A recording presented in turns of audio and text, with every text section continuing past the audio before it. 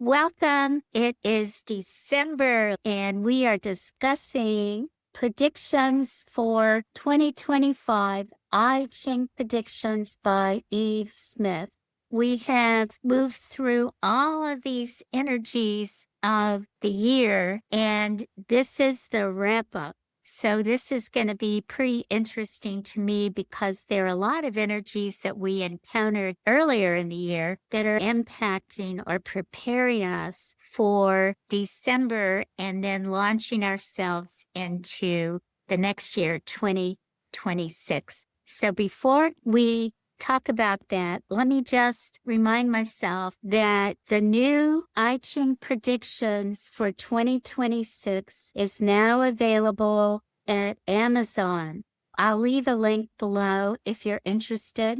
We'd love to have you join the conversation and be with us as we travel these energy currents 2026, which are going to be something else. I'm Alice, and my co-host is Donald Cowdrey. Hey, everybody.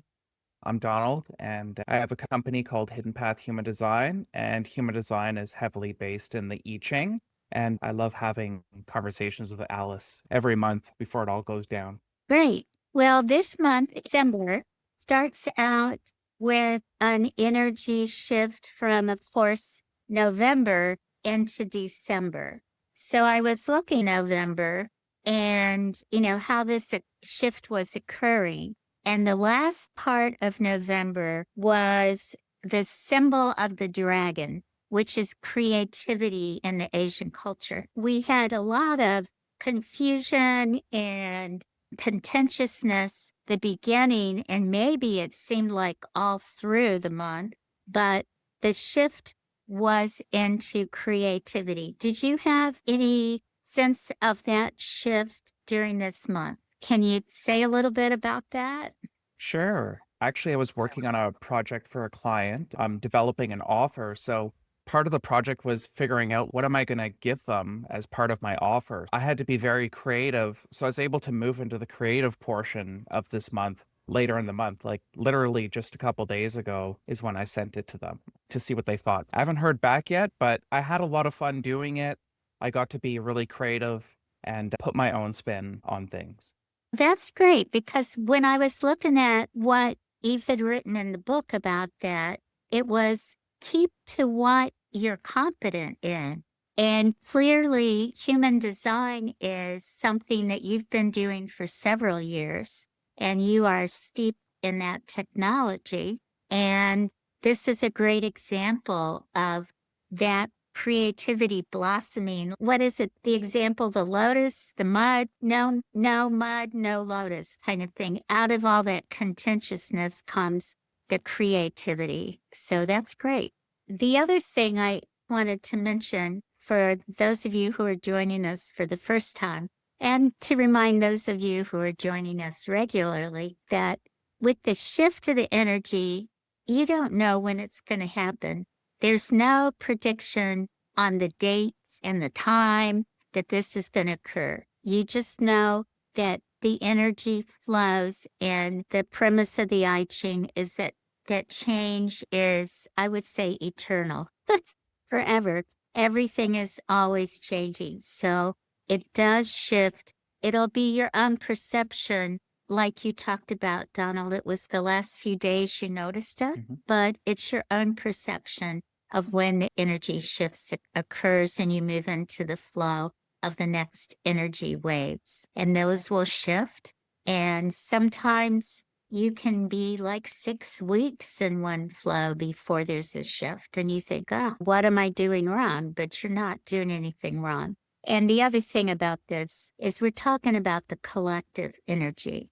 This is not a book of predictions for individual to read it and get individual readings. This is the energy of the collective, which is the world around us, and it shapes how we respond and many times how we react and think about things. And so it's always, I think, good to know, and you can chime in here too, Donald, to know what the energy is around you. It's not necessarily that you are in breakdown. It's your response. What do you think? Yeah, for sure. So one of the things about this month or November was it was contentious energy. And I noticed like a lot of people were fighting, but because I knew the energy was contentious going into the month, I didn't have to get involved with it. I could say my piece and walk away. I didn't have to stoke the flame, as they say, or pour gasoline on the raging fire. So just knowing that the energy is going to be a little bit more prickly or contentious, or people are going to be, I was calling it fighty energy because a lot of people don't, in my circles, don't know what contentious means. Right. Argumentative. If you looked out on the news or listened to the news or emails or social media, argument, name calling, denouncing, calling the end of the world, this kind of Mhm. stuff going on. That to me is characteristic of contentious energy, argumentative, knocking heads, not willing to compromise or try to come together for a greater good kind of thing. So we are shifting into December, and that first energy of December is called the advisor. So, what do you think about the advisor? I'm excited. I want to see if I'll get invited to advise anybody. I'm definitely building my business around people, so we'll see how it goes if I get recognized in December or if I don't. We'll just see. I was taking a look at some of the notes that I made. One of the questions was, what have you noticed in your life where you're being asked to help in an advisory role? So, this would be a clue that you've started into the advisory role. And it sounds like part of what you did with your creative part was also kind of having a foot in the advisory role. Would you agree? Yeah, for sure. What was also interesting is this whole year has led up to the December energy. So it's building us into this advisory role. Everything that's happened, you can call it good, you can call it bad, but it's building you up. It's been building me personally, my confidence this whole year in following my own direction. That is so true. And I was looking back at that and what you had written in December about the various months' impact. And the first month was July's energy. And you mentioned it beautifully where you didn't get caught up into the emotion and stuff like that. July's energy was restraint rather than getting emotionally entangled and as you said, you just said your piece, Hmm. you were grounded, and you walked away. Hmm. And that was the message from July's energy. And there was also in the July chapter about your mindset Hmm. and about being willing to look at your perceptions of things or your mindset. The example given was frugality. Look around you and be able to acknowledge all of the abundance that you have around. You may be in a feeling like you don't have money or you can't go do this. You used to do that, but right now you got to cut back or whatever, but there's the opportunity to look and see all of the areas that are working for you. And that's the same thing here in December, which is going to be creating that sense of abundance because we're going to be moving from advisor to abundance at the end. And I think part of this was talk about developing skills so that you can have a life of your own design Hmm. and have joy. It's not like always rah rah sis kumbah kind of joy, but you can have moments of just pure joy or appreciation of everything around you. And really, to me, what it's about. What do you think about that? Yeah, for sure. I think what you're talking about is that attitude of gratitude, which is also spoken about, like developing an attitude for being grateful for what you do have, even if it's not much, if you're still getting by. Like you always got to look at other places in the world where they have even less than you and they're making it by and you don't hear of them complaining. They're still just doing it. So it's about developing your own potential out of not having everything. This reminds me a lot of the gate 41 in human design, or it could also be the I Ching hexagram 41, which is all about decrease. And it's like when you have too much, you don't make any progress because there's no drive to get anything. There's no fantasy there because it's also a gate of fantasizing what you want, right? There's a pressure to want things. But if you have everything, there's no pressure. So the pressure valves off and you don't really pursue anything in your life. The shift to abundance in December, and the chapter was short. The first part is about the advisor and the skills, developing that and noticing not just if you're invited or asked to be an advisor, but if you notice around you where people or groups might benefit from a moment of advice Mhm. or the role of an advisor to help them through their project or whatever. And that includes community. Yeah, I had an epiphany when you were talking about that too, because to be a good advisor, like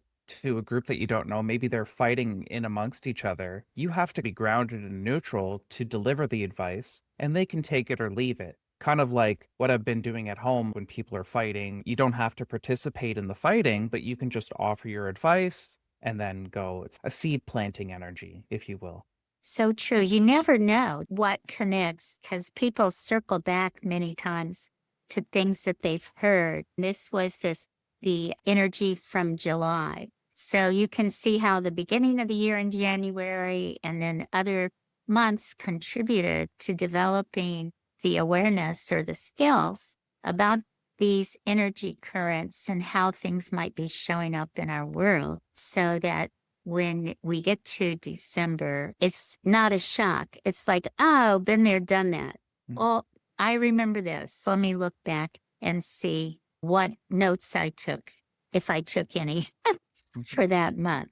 Speaking of taking notes, at the end of the chapter of December is a end of the year check-in. Mm. And you'll notice I have some notes down here. It's chapter 19. And while the other end of the quarter check-ins were about what practices have we put in place and what have we noticed and skills and things like that, this check-in was different in my opinion. And it was really a series of questions to reflect on and to see where you were in the beginning and where you are now. The first one was to reflect on your intentions and your goals. What were my intentions and goals for my movement towards who I want to be this year? I went back to January, and sure enough, as I'd said in earlier videos, I use this book as a journal, and I'm so glad that I wrote in it because then I could go back to January and say, okay, well, what did I write down? Yeah. What was I And thinking back in January?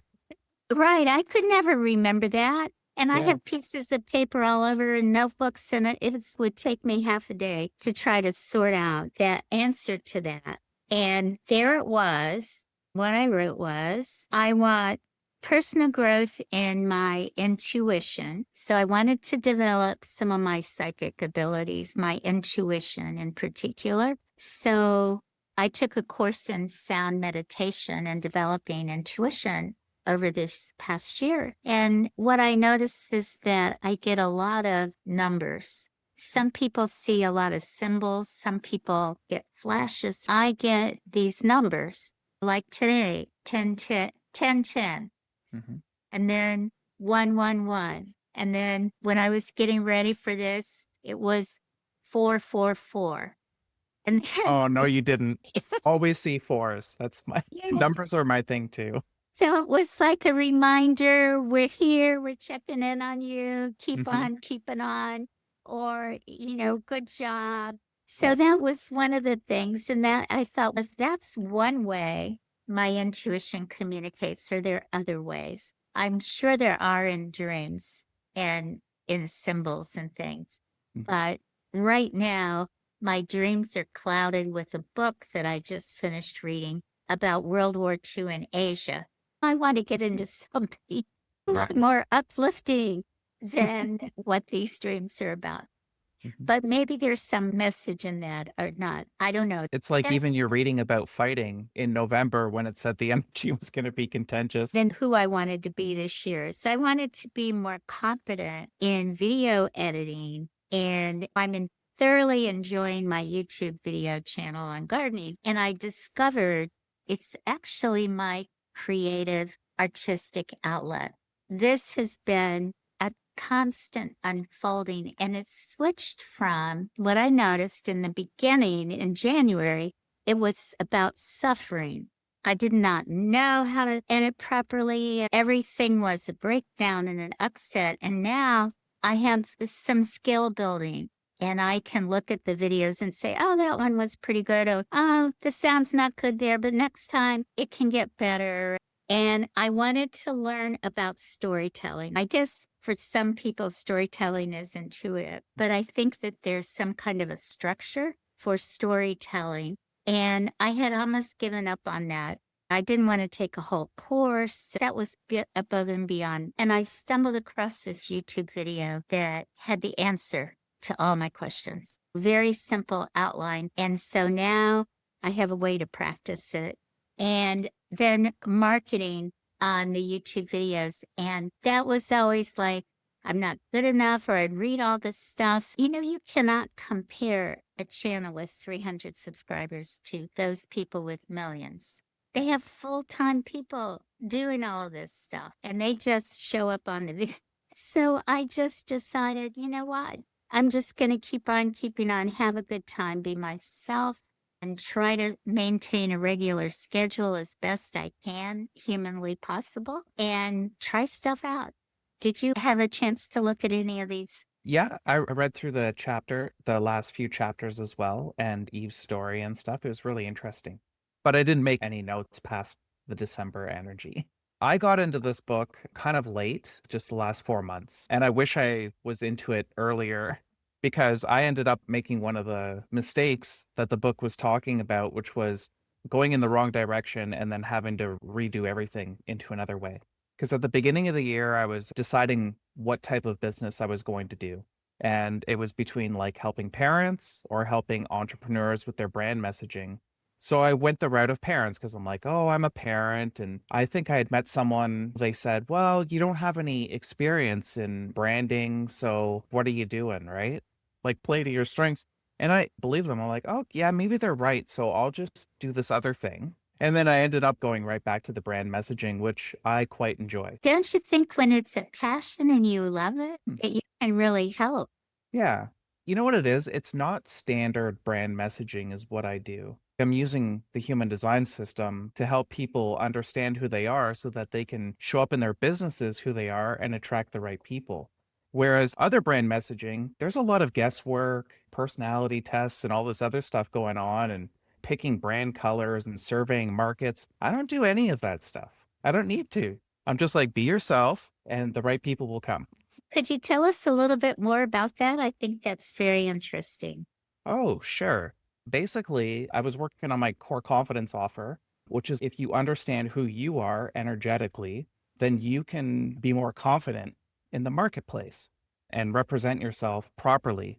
In human design, there's planet placements for what you value, for example. And if you tell other people what you value, that keeps people that align with your values coming to your business. But if you don't do that, you're just going to get anybody coming into your business. So then you're going to get unaligned clients that are going to waste time, energy, and money.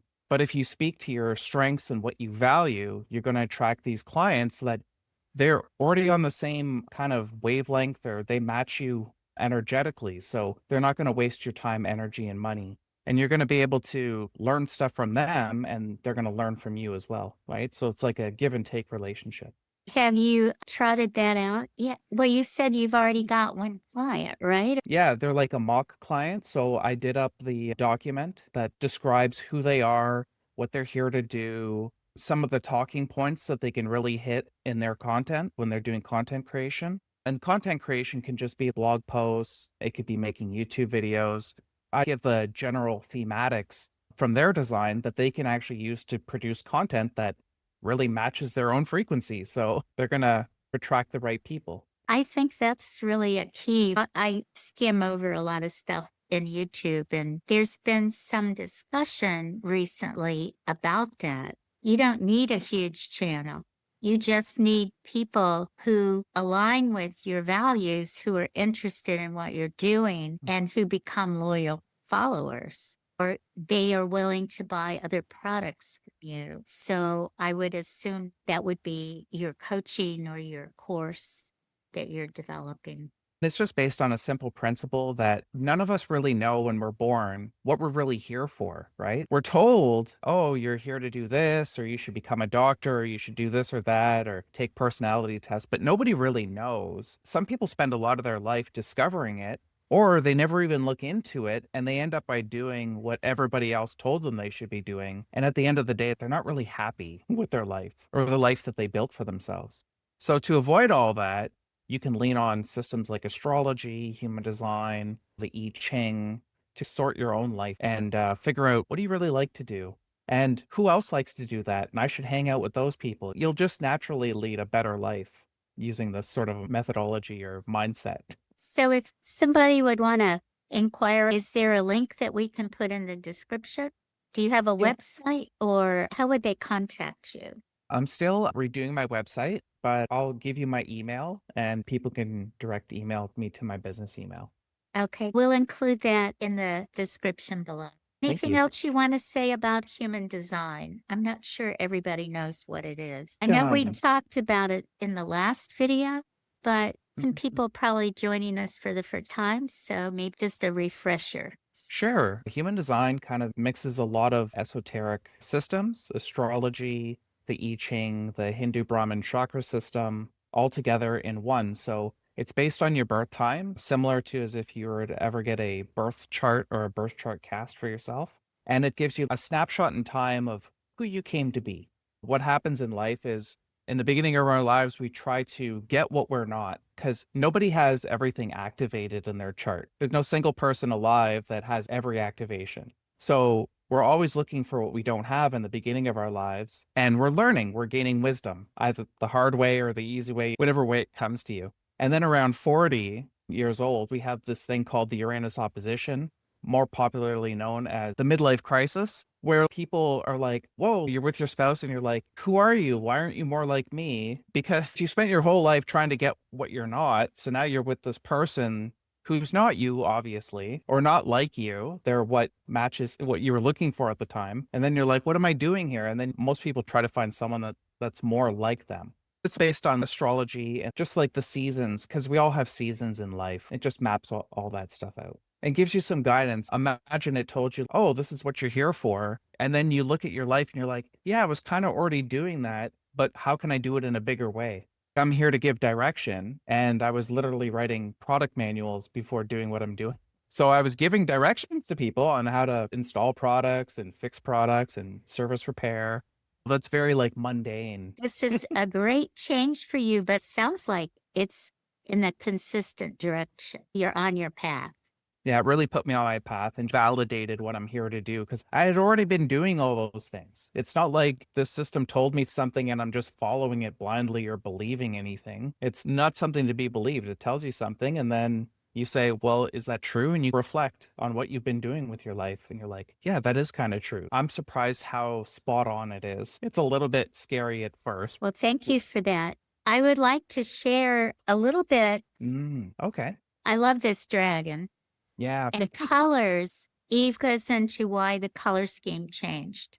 So there are different colors for every year in the Mhm. Chinese New Year's. They have colors that Yeah. represent that year, just Is like it they have the zodiac and the animals.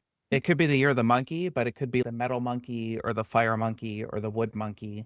But this is going to be the year of the horse.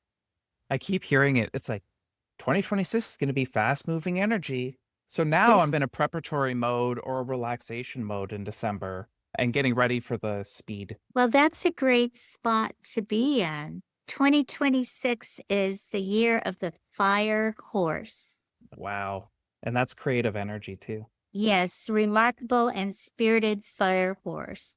So the energy can be used when you need determination, clear sight because horses can see almost 360 degrees. I didn't know that. Yeah. And stamina. So that gives you a little background for what might be happening. And I just wanted to share a post.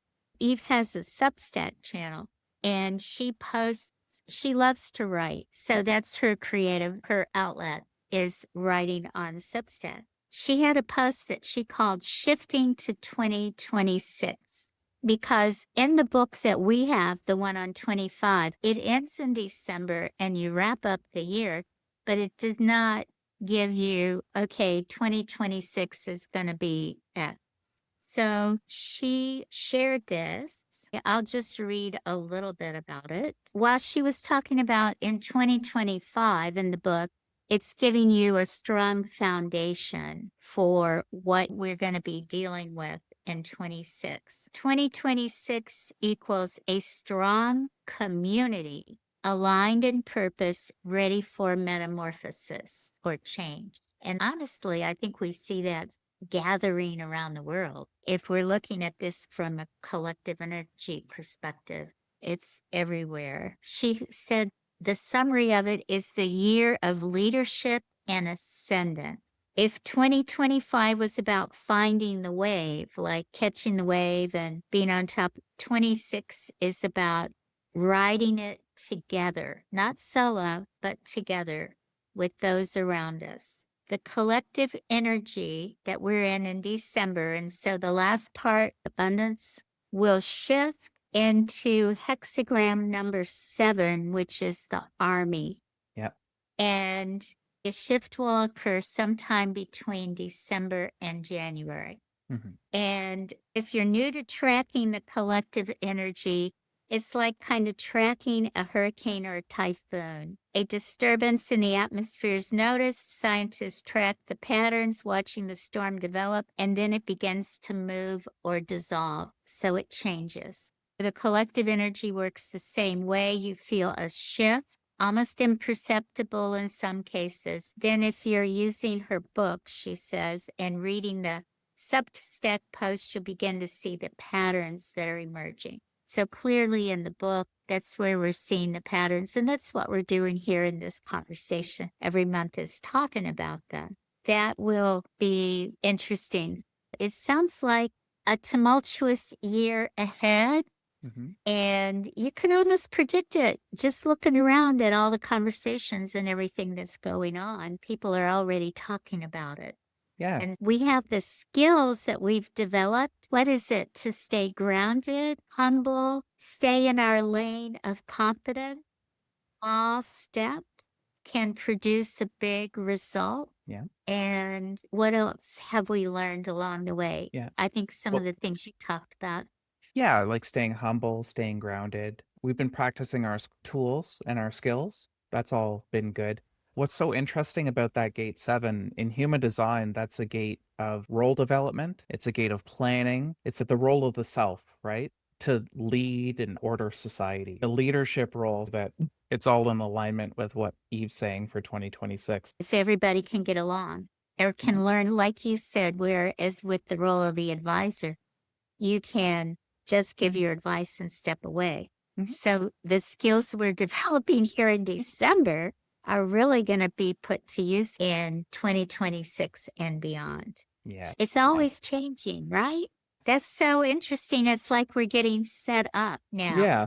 And I think 2026 will continue that setup that it's bringing in the collective, our community, or the communities or the groups or the family groups or things that we're involved in.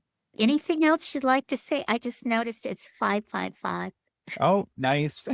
We're kind of being called, things are going to happen or situations are going to present themselves, but it's better not to judge the situation because then you're putting expectation on it and you really don't know what it's going to bring. So it's good to just stay open to whatever's coming and take it day by day, living in the moment. That's great. Any last words of wisdom or anything you want to share about having the book and using it?